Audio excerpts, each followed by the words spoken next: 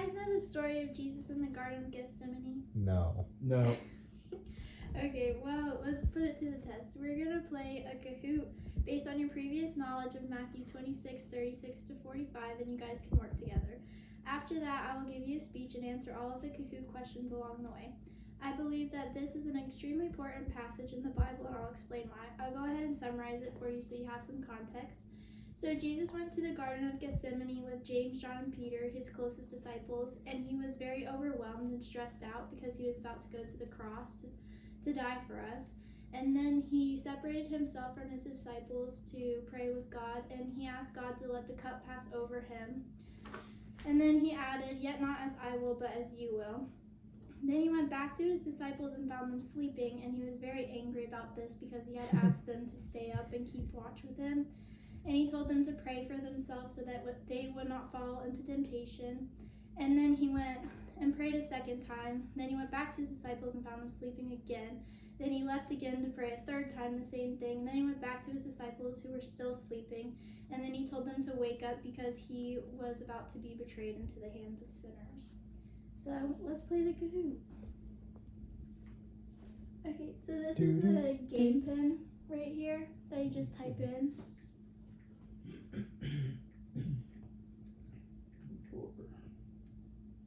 It's kind of unfair. I'm in Bible school. It's like we all have a cheat code. Nickname. You guys can work together. Alright. I guess I'll just do Kevin. Jordan. See your nickname on screen. Hey, I get a character. You guys ready? I'm like a weird guy with paintbrush on my head. So the first question will pop up. What was Jesus experiencing in the garden?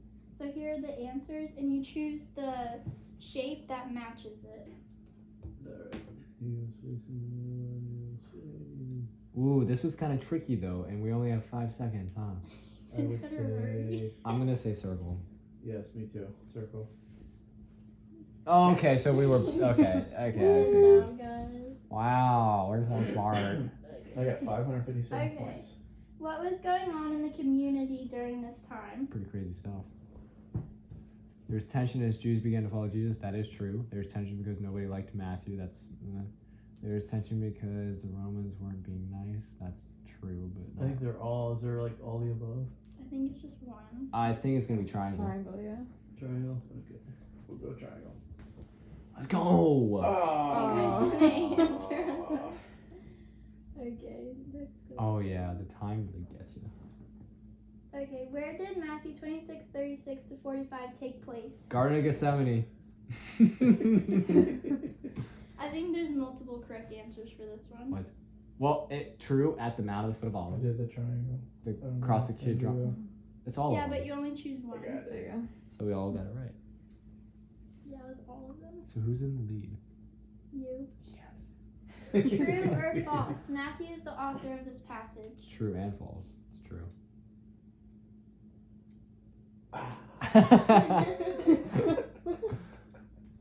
it's called Matthew. Somebody's got to be a loser. Okay.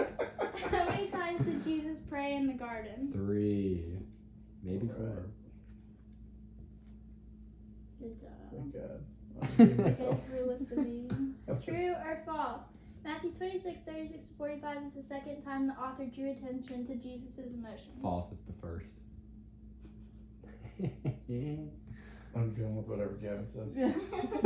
Just play. You know, the only reason I know that is because Sam practiced this speech so many times. Oh. What does this passage foreshadow? Circle. Disciples' future abandonment of Jesus. Oh, yeah. I mean, that's kind of a weird question because it foreshadows Jesus being the sacrifice as well as it foreshadowing his ascension later on. Okay. What are the possible metaphors for the cup? Premature death. Away around. Oh, I think it's either diamond or square. So I think both of them are right. Around the cross. Go with that. Yeah. That right. Good job, guys. money spent in college is really paying off. Why would Jesus have asked for a way around the cross? To avoid being the object of God's wrath for sin. Square. I think it's kind of. It's that one to avoid suffering. That could be true. To avoid separation from God. That's also could be true. Yeah. You got 3 seconds. I would say square. There was multiple. Okay. Oh, there we go. Okay, I think this is the last question. Yes. How can this passage be applied to our lives today? Sorry, it's so small. Remember that you will have struggles, but rely on. I think it's submit to the will of Alright, we'll go with that. Oh, there were multiple. God. Okay, so yeah. Okay, let's see who won. Oh, I think I know. Yeah. Wasn't me. Priscilla, do you have horns? Yeah, I have pancakes on my head.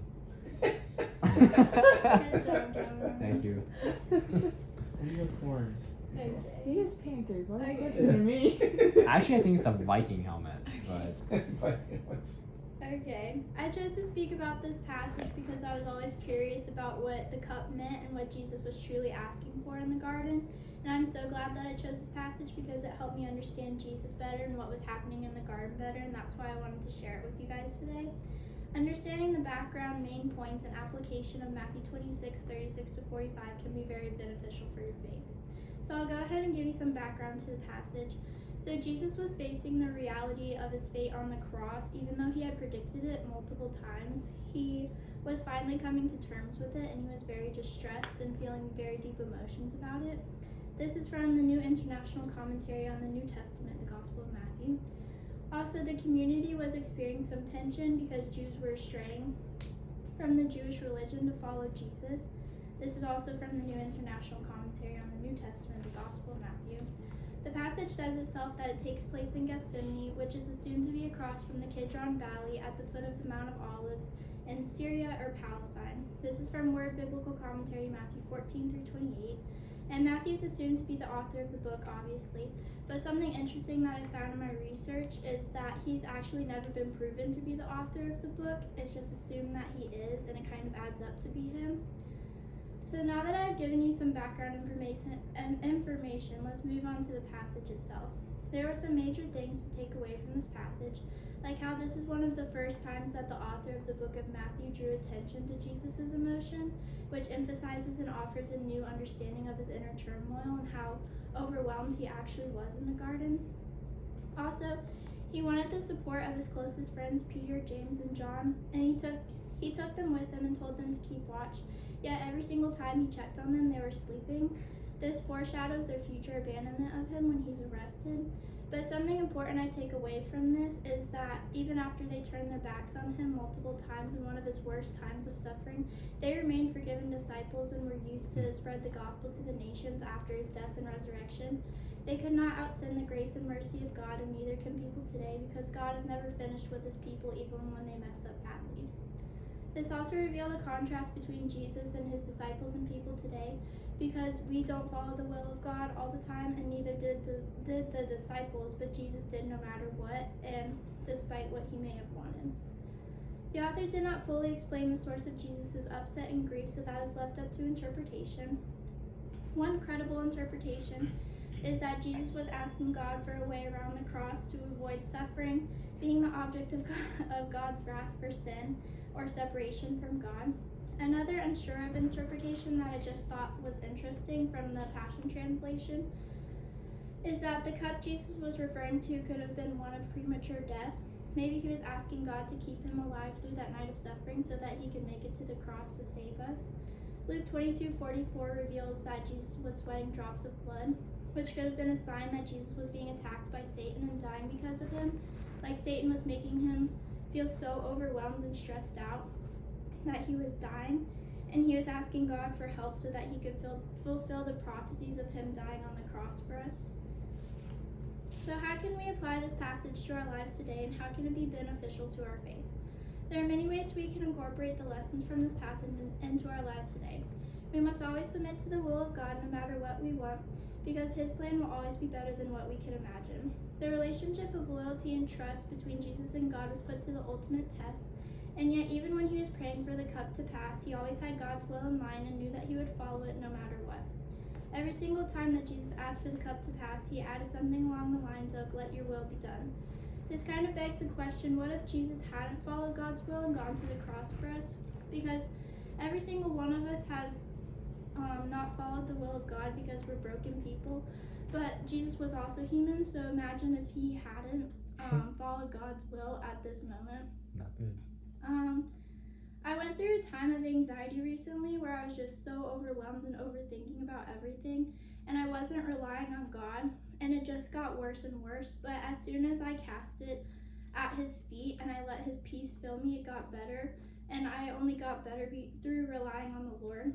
So we must always remember that we will experience struggles in this life, but we have to rely on God to strengthen us and get us through it, just like Jesus did in Gethsemane, because he is the only thing that can truly get us back up onto our feet. In conclusion, this is an amazing passage once the true meaning and all of its aspects are understood. Jesus was going through one of the hardest times of his life in the garden, but he never ran from God or gave up. There was no way around the cross. We have such a brave Savior. We must always follow in his footsteps by submitting to the will of God and leaning on him through our struggles. Jesus gave us the perfect example of how to live a life with God. Understanding this passage has helped me understand Jesus better and grow in my faith, and I hope that it helps you as well.